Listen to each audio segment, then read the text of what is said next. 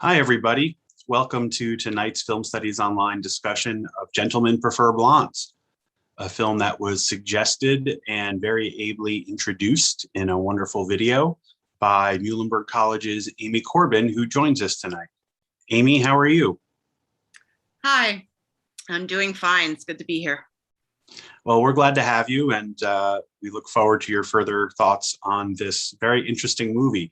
A movie I have to confess, I don't think I had seen all the way through before I knew we were going to discuss it. So thank you for that. I had definitely had some holes in my Howard Hawks filmography, and now one of them has been plugged. So that's good.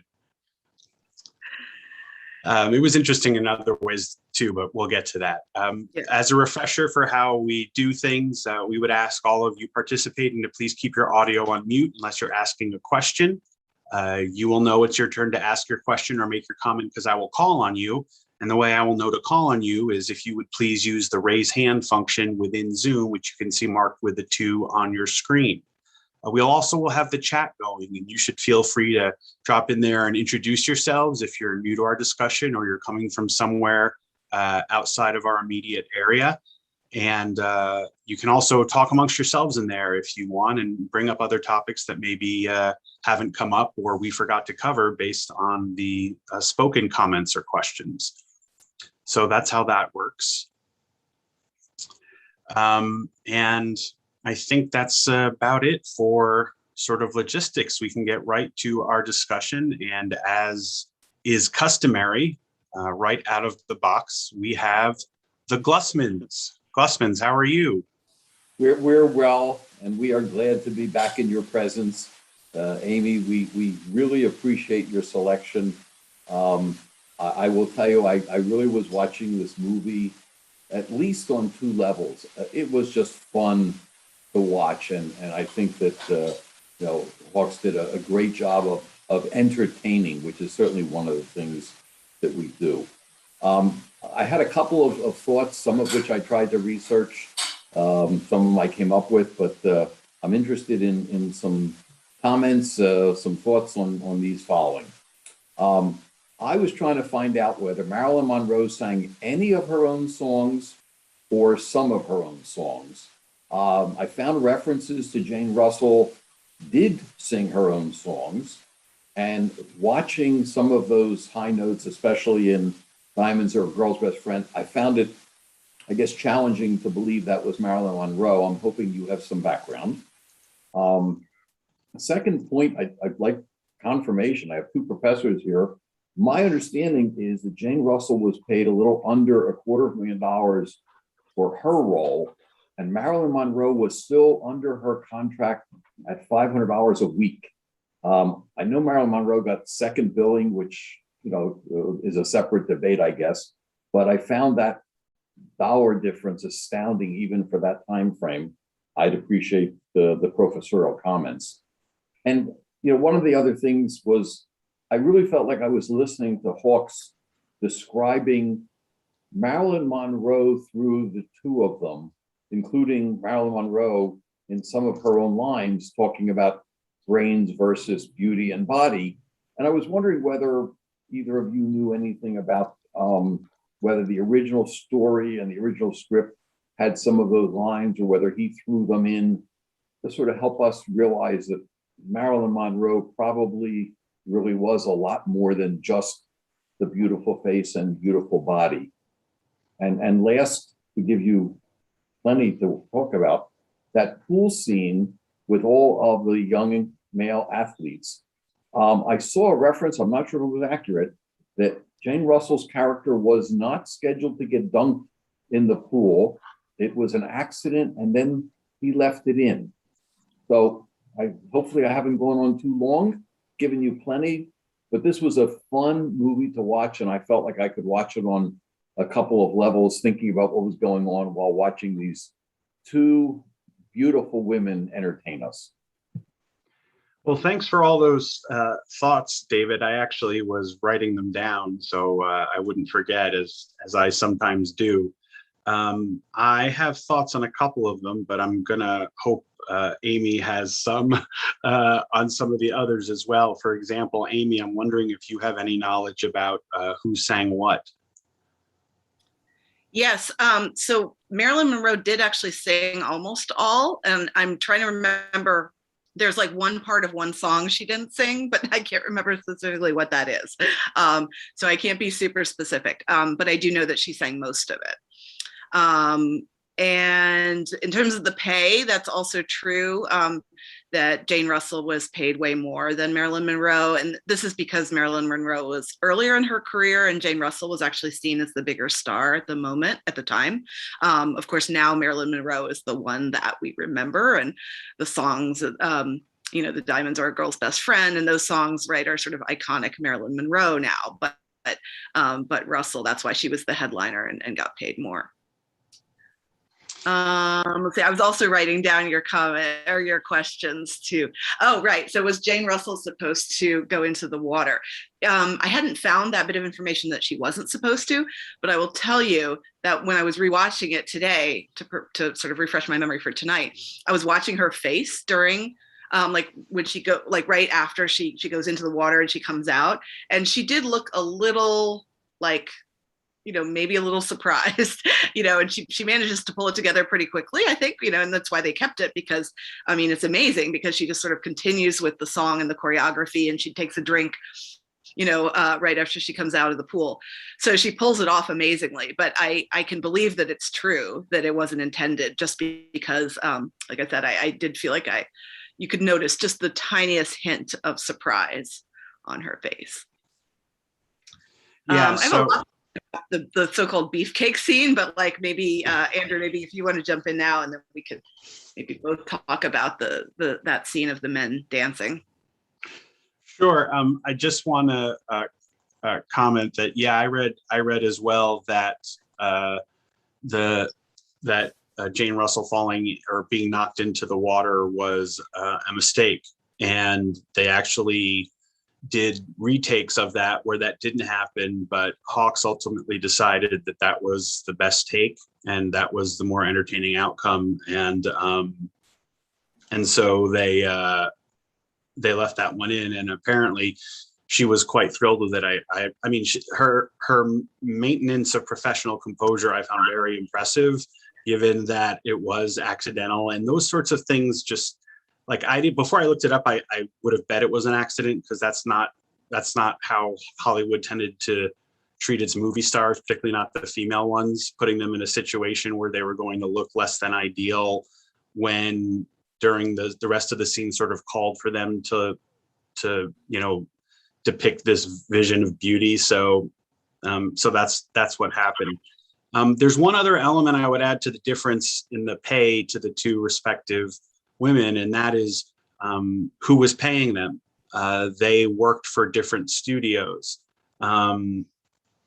Russell was under contract to Howard Hughes, and she'd actually appeared in fewer movies than Monroe by this time, having started her career in Hughes's The Outlaw, the sort of scandalous Western, but her star had sort of risen more quickly and more prominently than Monroe's, which is why she got top billing. In terms of her getting paid more, that was, Hughes was more generous than was Fox, is I think what it boils down to.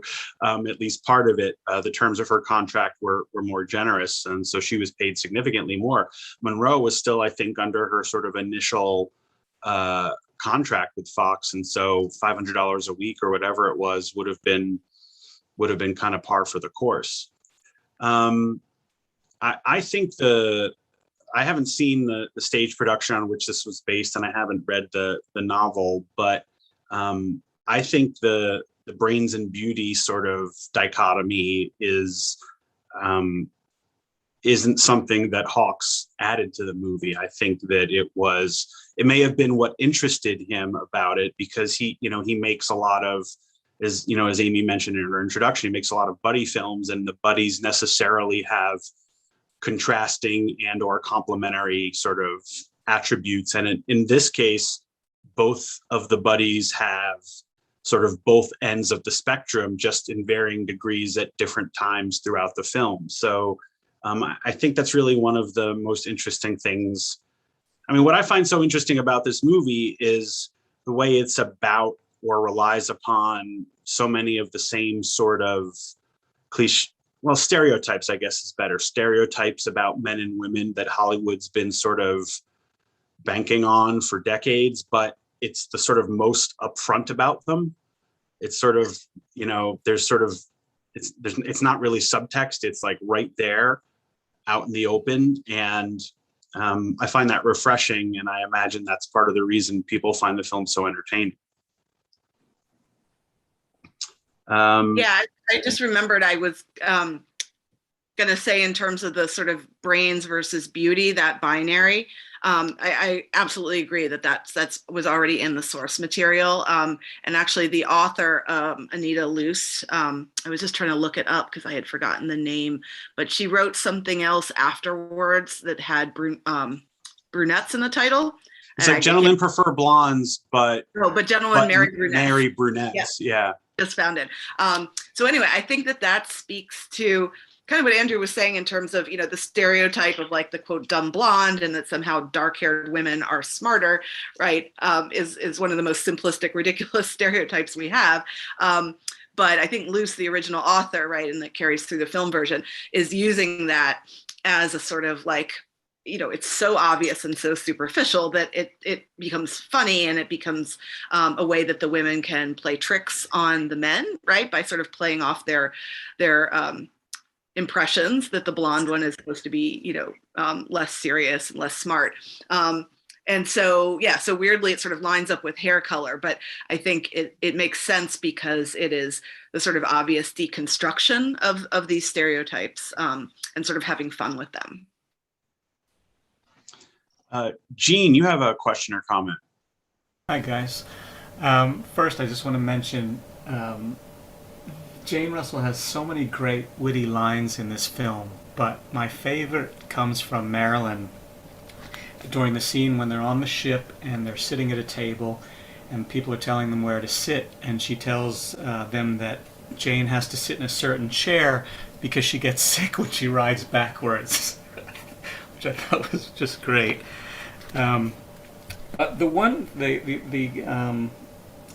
The thought I had, or the opinions I want to get from you two, it's a more general question, and I'm always curious to know where people stand on this. You know, when you see a film like this, when they approach situations or characterizations or dialogue that just don't seem appropriate today, and you know that the films would never get made today, how do you approach that without letting? And I'm not one who disapproves, but there are a lot of people that will let these things ruin the broader aesthetics of a film because of these elements. And how do you think people should approach this kind of experience? Amy, would you like to take this first? Sure, yeah. And first, I just want to say I love that you have a picture of Piggy, who is, you know, definitely a humorous character that we could talk about. But yeah, so I assume you're referring to things that we would think of as very sexist now. Right, chauvinistic, sexist, all that stuff. Yeah. I mean, I think seeing it a little bit as a time capsule, as, you know, something that is conveying assumptions about what was okay to say at a certain time, you know, I think is really a valuable way of approaching films.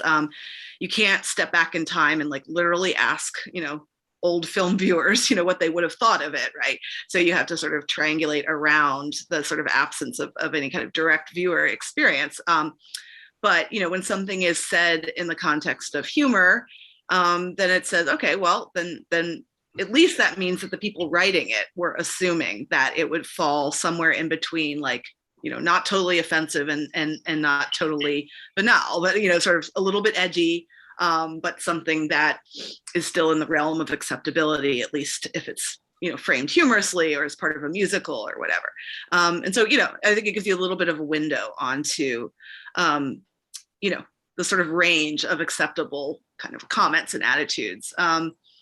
But, you know, I guess I also find this film interesting because it is so, like, again, Andrew was saying, and it's so explicit in terms of how it is playing with these stereotypes that it's impossible to take completely seriously. And I don't think even at the time, you know, it would have been taken seriously. But the question is like, you know, are you sort of laughing along with the women? Are you laughing at sort of American culture and its views of gender? So it's kind of, you know, it's interesting to think about what we're meant to be laughing at and how serious the critique of gender actually is. Yeah, I've been in movie theaters where scenes like this will play out and people feel obligated to boo the screen, which is ridiculous, you know? So. I don't, no, I'm sorry, go ahead, Amy. I don't know if I have anything brilliant to say about that. I mean, I would find that disturbing because I feel like you do somewhat have to watch the film almost trying on like the persona of somebody from another time period at the same time as you're keeping your own critical mind, and booing seems like kind of an extreme reaction, but yeah, I mean, I came to film studies initially through the lens of film history, so I don't think there's anything. Not anything. I think there's very little that shouldn't be shown or can't be shown. I think that to do that is sort of like pretending that was never part of the culture. And these things were parts of the culture. I think the trick is to not only view them uncritically. I think if people want to be entertained by things that some people, you know, find objectionable, I think that's up to the individual viewer. I think it's our job as educators and curators to situate these things in a constructive manner. I also think that I think that what Amy said was really, really important about this movie, which is that, you know, the stereotypes and the sort of other thought processes that surround them are really at their most insidious when they're not front and center, when they're not talked about, when they're just incorporated into the everyday workings of this or that. And I think this movie is so upfront and bases so much of its humor and plot machinations on people's awareness that those are broad stereotypes and not actually facts about this gender or that person or what have you, that I think that makes it a more interesting depiction. And it's funny because there are movies that just sort of rely on gender stereotypes from past decades and aren't in any way poking fun at them, that nobody really has. I've never heard anyone take issue with anyone seeing or showing, because it's a document of its time. And I personally think that's okay, but I think this movie in particular wouldn't be a great case study for someone who said you shouldn't show movies that have chauvinistic depictions, because this movie is interrogating chauvinistic depictions, maybe not as much as we would like, maybe not the way we would like, maybe not to a sufficient degree. The women still do end up getting married to these men, and that seems to be sort of their end goal, and that's a problem. But I think it does so much interesting work that was constructive, particularly for its time, that it's worth talking about. Yeah, and just real quick, just thank you for bringing this film out for us, because I'd never seen all of it in its entirety, so I'm so happy you gave me a reason to do that. Thanks. And one other thing I would add is Mike asked in the chat about the scene with the Olympic team in their very small, tight, skin-colored shorts. If that was racy for 1953, I think it was racy. Not that you hadn't seen movies where you saw a few characters like that, you know, movies set on a beach or on a cruise ship like this one was, or what have you, but that there were so many that the bathing suits were so small and flesh colored, and that the types of movements that the men were doing and the way the segments of their body were highlighted, I mean, I think that would have been considered racy for the time, but those men are wearing outfits more revealing than I think either of the female leads wears at any point in the movie. And so we talk about reasons why this isn't your run-of-the-mill depiction of gender stereotypes. It's sort of, an equal, not equal opportunity offender, but it takes a wide range of shots, I guess I would say. Mm-hmm. Let's see, Howard, you had a question or comment.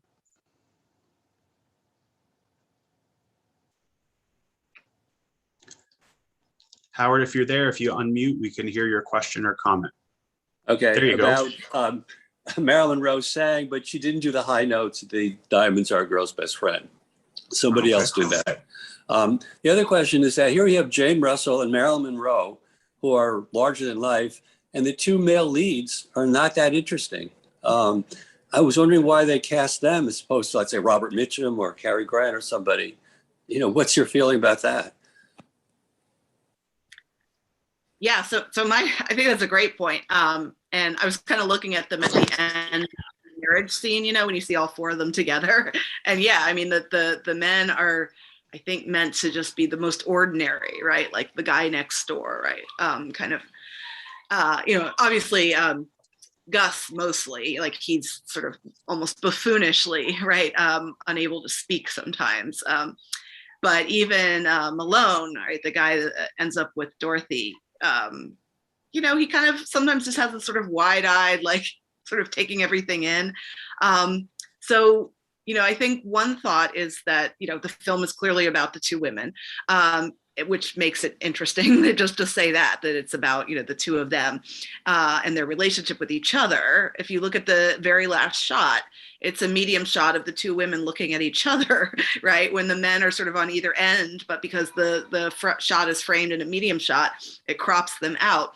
And they're not even looking at the men or looking at the screen, they're looking at each other.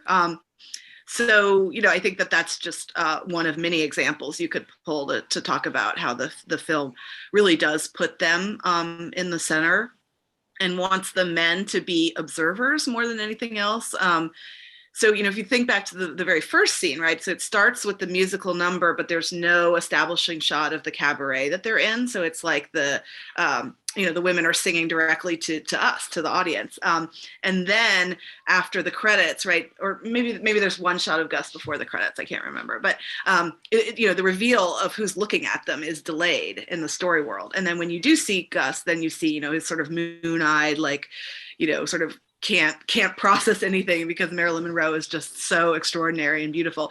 But that, in a way, I think is meant to be a stand-in for us as spectators, right? So that we have these sort of in the movie viewers of the women, and even when they're not performing, like think of the scene when they're walking into the dining hall, right? And the musicians who are performing are so stunned by their beauty that that the one guy takes his bow and it touches the cello or plays the wrong instrument, and they're all just falling over each other. So I think over and over again we see these images of sort of audiences in the film or sort of people who are viewing the main characters and how stunned and overwhelmed they are, and that's supposed to, in a way, kind of mirror us, but it's also mocking us in a way, right? Because we are the viewers who are supposed to be enjoying this visual spectacle of these two beautiful women in these gowns and their dance numbers and stuff. So anyway, yeah, so it's sort of modeling, I think, that like everyone else is sort of ordinary around them, and then they just pop out in all these different ways. And it's asking us to sort of, be a little bit aware, I think, of the fact that we are encouraged to view them for their beauty just as the other men in the film are. Yeah, I think there are also practical considerations. I mean, having two stars of the caliber you mentioned not only would have, added significant amounts to the budget and the shooting schedule, it would have necessitated changes to the story and changes to the structure of the film, if only because the studio paying the salaries to have those stars wouldn't want them in the sort of supporting and relatively passive roles that we see the two male characters in. But it also, I mean, that totally would have changed the nature of the film. This movie is about the women and is primarily about their relationship. And Amy did a wonderful job of sort of summing that up. The movie starts and ends with the two of them, not with each of them with their spouse, but the two of them together. I mean, the movie sort of sums it up there. So that's the best reason why, because it's really about these two female characters. All right, let's see, Dana, your question or comment? Hi. Hi. I did some homework, and I really am happy that I did, and I'll share with you what I found out. First of all, I did some looking up of Anita Loos because I wanted to figure out who she was, and it turns out she is a most fascinating person. She was African American. She did a lot of writing for silent films. She also wrote the Gigi for the stage version of Gigi from Colette. So, I mean, I was really, really charmed by things that I read about her. So I went ahead and I read Gentlemen Prefer Blondes. And it is very interesting to see the original source material. And it's interesting to think about it in light of Carol Channing, who played it before Marilyn Monroe did it on the stage, and was a different kind of Lorelei, totally. She was not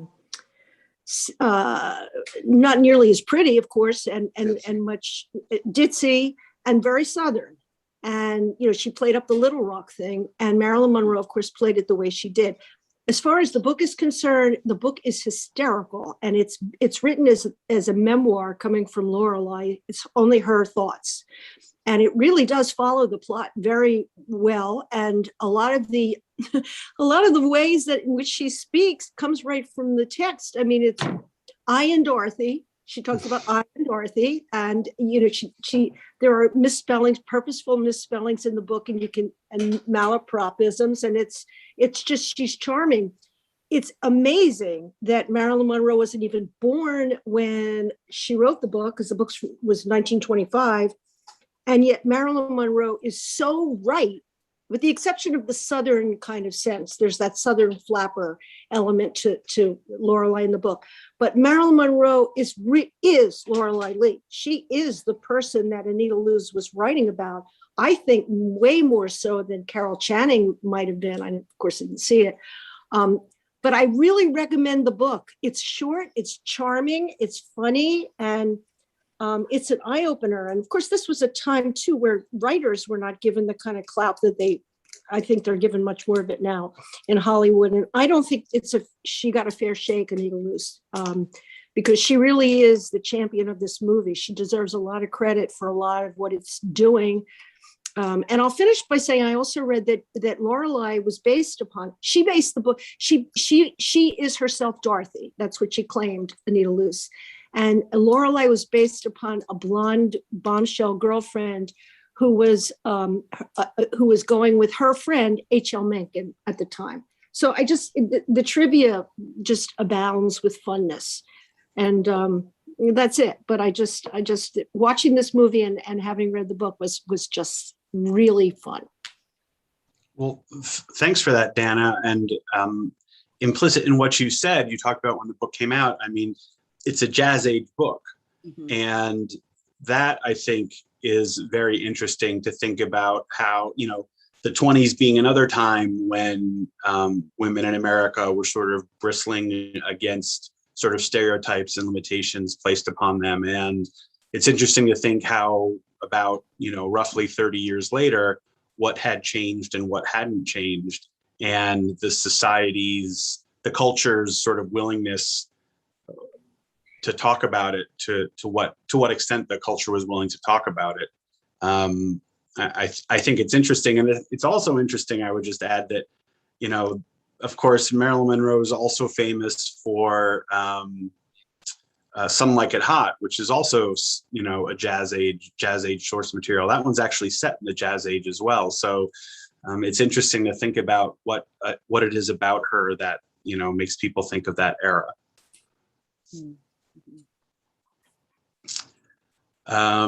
Let's see. Barry, did you have a question or comment? Yeah, thank you. The first time I saw this movie was in the 60s. I was a teenager.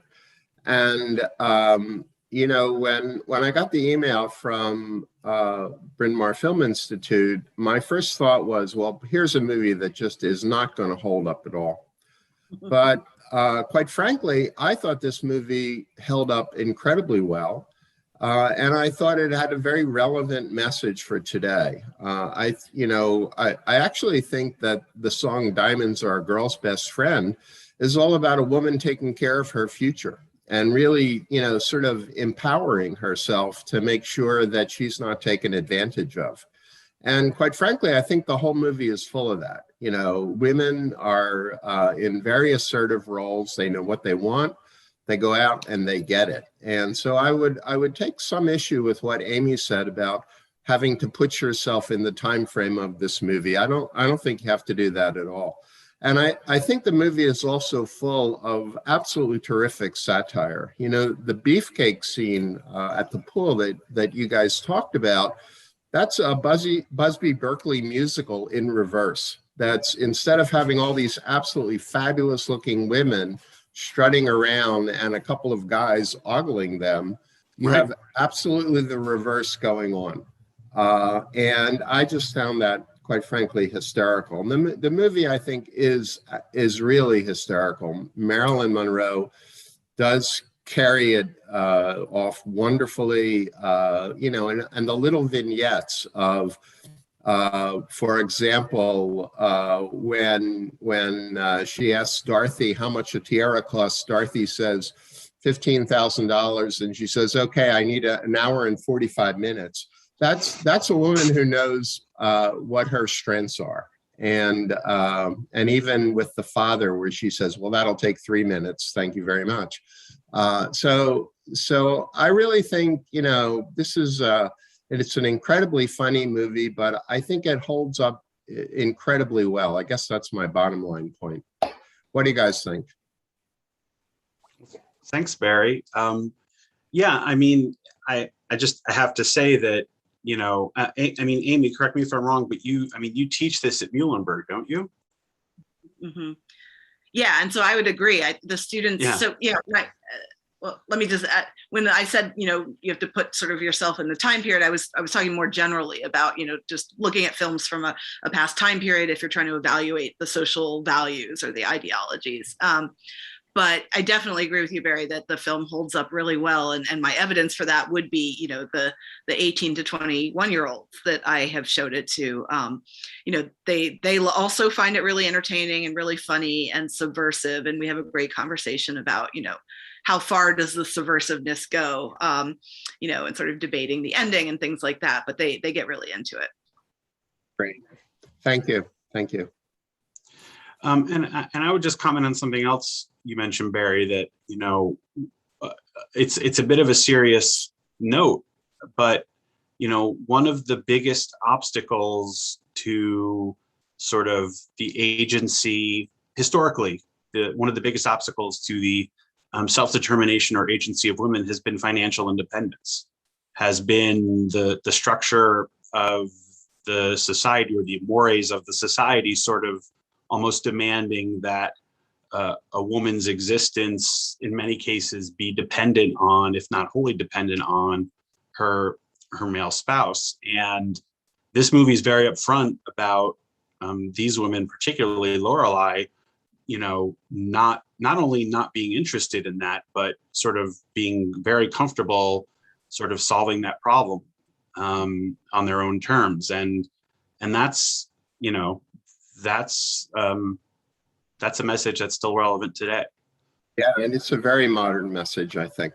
Yeah, thank you. Thank you. And I just, as a sort of tag on to that thought, the conversation that she has with Gus's father right at the end, and she's basically like, "What's wrong with what I'm doing? Wouldn't you want your daughter to be financially comfortable?" And she's sort of saying things that a lot of, at least from my students, they're always very judgmental about, characters who are greedy in movies. It's like, oh, well, money doesn't buy happiness. And, they sort of recite those things. But like this film, I think is really frank about the fact that in some cases, money does, at least a certain amount of money, right, does allow for happiness. And so Lorelei, the character, makes that argument in this really explicit way, and that she's not ashamed of it at all.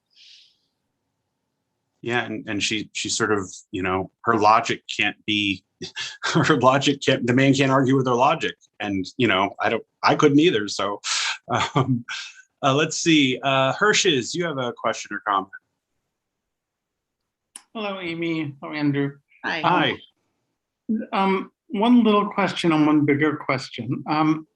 In terms of like code type issues, what struck me on watching this, it's like the second time we saw it in the last couple of months, was that Marilyn Monroe in the celebrity culture of America in 1953, I guess would have been considered the sexy one, but in the film, it's really Dorothy who's the sexualized one, and it seems to me a lot of what's sexualized about her kind of flies under the radar quickly. Like one of my favorite lines is when she says to Lorelei, "Meet the relay team," which I thought was a really interesting double entendre, given how excited she is about having the whole Olympic team, and then how disappointed she is that they have to go to bed by 9 o'clock. So that was like one comment question in terms of things sort of slipping by. But the bigger question that I'm thinking of, question we often ask is, what were the people sitting in the theater in 1953 perhaps experiencing?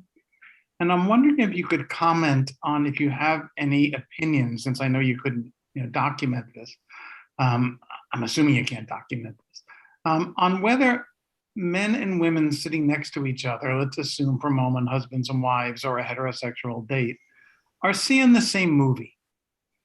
Because I'm wondering to what degree both Lorelei, but especially Dorothy, represent something that's very not, what's coming people's way in other kinds of 1950s films, not the film noirs, but the happier ones, and what's going to emerge on TV in that period as the kind of role of the domesticated wife. So I'm curious if you have any thoughts about whether, or any opinions about whether men and women might have been seeing very different movies sitting in the same theater. Well, I'll start with the code point, if that's okay, which is that by 1953, the code is starting, it's been revised a few times and it's really starting to weaken. It's starting to weaken for two primary reasons. One is television. The studios are given a bit more of a longer leash regarding content, because now they have to compete with television. The other thing they have to compete with is foreign cinema. So things begin to start to mellow out. But I think there's two other factors that are probably bigger factors than those, although those are probably relevant. One is that the code has always been about plausible deniability. If there's something else that what is being said could mean that was remotely plausible, then things were let go a lot of the time. So there's lots of things that Jane Russell could have wanted to do with that team after 9 o'clock, like go dancing or go to the movies or something like that. And so, that was the sort of plausible deniability. The other thing the code was known for was playing favorites. That the people who ran the code, particularly Joseph Breen, who ran it into the 50s. I don't know if he's still running it at this time because he takes a little time away to be head of RKO for a moment, but he ran it for about 20 years. And he basically had different sets of rules for different filmmakers. And while I don't know if Howard Hawks was on the sort of special exceptions list of filmmakers, my guess is he probably would have been given more slack than a lot of other people. So I think those are some of the the number of reasons why things that seem sort of surprisingly, risque would have been allowed to go through. Regarding the audience at the time, I have a couple thoughts, but I just talked a lot. I'm wondering, Amy, if there's anything you want to say in response to either of those points. Yeah, I mean, it is very hard to sort of imagine, sort of for me to get that much out of my, my own identities and try to speculate about the sort of men versus women. But like, I guess one thing that I was thinking about with your question is the quote that I read from Hawks during the video introduction, which I won't reread again, but it was basically like, he was saying how entertaining it was to watch the pretty girls walk, and that I'm actually looking at, he said, each time I didn't know what scene to invent, I just had them walk back and forth and everyone adored it.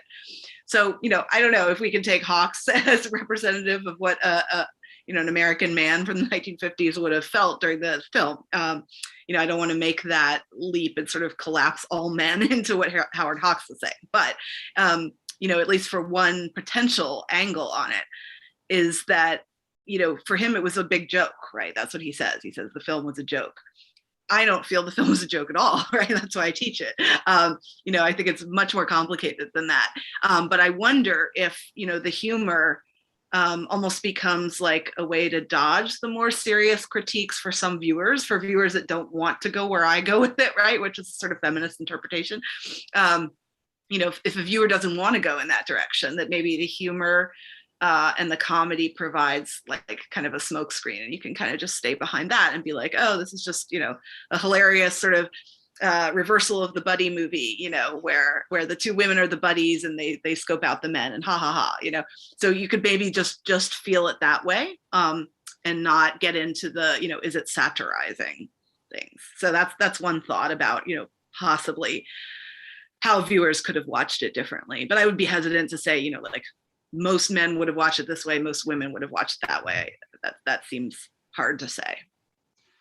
I mean, I think that just like any other sort of scenario or dynamic where there are people in the audience who have more firsthand knowledge of the topic being discussed than others, like if you're in a room full of lawyers and you're watching a courtroom drama, you're watching a medical drama at home with a doctor and a nurse, whatever, those people have, I won't necessarily say greater insight because it is, after all, a movie and not the actual events, but have a different perspective. And I have to think that in a movie about men chasing women and women outsmarting the men who are chasing them, that women who in the audience who have been chased by men at some point, probably at that time in particular, probably have at least a different perspective than the men who, if they spent their time doing anything depicted in the movie, were doing the chasing. So, I mean, I think there's that sort of differing perspective. The other thing I'll say, and this is something that I really found interesting in watching the movie, is when there are the production numbers, when they're the performances that are part of a performance within the world of the film, I watched the female spectators within the film, and they were shown to be, they were depicted to be taking in and enjoying the performance in very much the same way the male spectators within the world of the film were. And I think that they're, cabaret shows and burlesque and things like that, to my knowledge, were not all simply attended by single men or groups of men. I think couples went there and they went to those things on dates. So there is, a history of women going with men to things that the men want to see because of the women who are going to be on display. And in fact, in our education about film, Amy and I were taught very much about, I shouldn't say very much, but we were taught, the point was made very well to us that there's a school of thought that actually studies what must have been the very challenging and confusing and uncomfortable and frustrating and awkward experience of being a woman going to see a classical Hollywood film, which after all, almost always tended to depict and frame and film and light the female stars in a way to make them appear attractive to men. And because the movies were made by men and because they were trying to appeal to men, and they weren't really thinking about, in that regard, how they appealed or how they appeared to female spectators. And so I think the question you're asking is a far more complicated one, perhaps, than any of us could fully realize. Amy, would you say that was fair? Yeah. And as you were talking, I was thinking about the moment where Dorothy and Malone are together outside looking in to the cabin where Lorelai is dancing with Piggy, right? And this is like when they're worried about sort of her doing something incriminating that's going to get back to Gus and his father. But the shot I remember through the window, and Marilyn Monroe's back is to us and to Dorothy and Malone. And so, she's kind of wiggling her butt, right? It's one of those dances where she's using her butt quite a lot. And because of the color of her dress, and really setting off her body as opposed to the surroundings, like no matter who you are, right? You can't help just staring at her butt. And, Dorothy and Malone are also doing that within the story world. And so, I think that's an example of where the film is very conscious of showing us that the people in the film are watching similar to us. And like, if it's a little creepy for them, then maybe it's a little creepy for us, right? So it kind of introduces some of that complexity of women, or just, anybody who's not necessarily like naturally attracted to Marilyn Monroe, but still being sort of forced to look at her in that kind of ogling way, because that's how everybody in the film is looking at her. And because the visual design of the costumes and her choreography and how she relates to the extras around her that usually are in, much more subdued colors, right? And her colors are really vibrant. So for all those reasons, it sort of forces us into that viewing position, but it does it in such an obvious way that I think at least most of us have to be aware of that, and we're not sort of subconsciously being lulled into being chauvinistic or ogling, but rather, we're very hyper aware of it. Let's see. Susan, you have a question or comment? Yes. I love the film. I think I'd seen it before, but I didn't remember all of it. I'm a really strong feminist. I didn't feel offended at all. I loved it because it was focused on women. They were the stars. And I loved how they were outsmarting the men. I thought it was great. So I just really enjoyed it and didn't find it at all sexist or chauvinistic. Could I speak too? Sure, I guess so. This is Susan's husband from Off the Camera. What struck me is these attractive young guys gallivanting and around in a way that I try to imagine this film being shown overseas, as American films are beginning to.